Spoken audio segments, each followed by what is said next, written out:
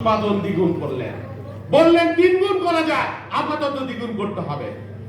81 সালে 80 সালে বাংলাদেশ খাদ্য রপ্তানি করেছিল, সামান্য করেছিল নেপালে, কিন্তু করেছিল। এই দুর্ভিক্ষ পীড়িত দেশে সবুজ বিপ্লব করেছেন, খাল কেটেছেন, গ্রামে গ্রামে গিয়েছেন, কৃষকদের জন্য কৃষি ঋণের ব্যবস্থা করেছেন।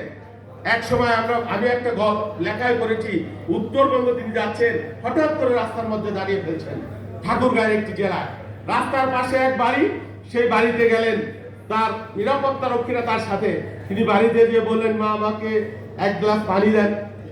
তো সেই মা কোনোভাবে একটা মগে তাকে একটি পানি এনে দিল। প্রেসিডেন্ট বললেন যে শুধু পানি দিলেন আমাকে, আর কিছু দিতে পারলেন না? বলে, বাবা আমার ঘরে তো আর কিছু নাই।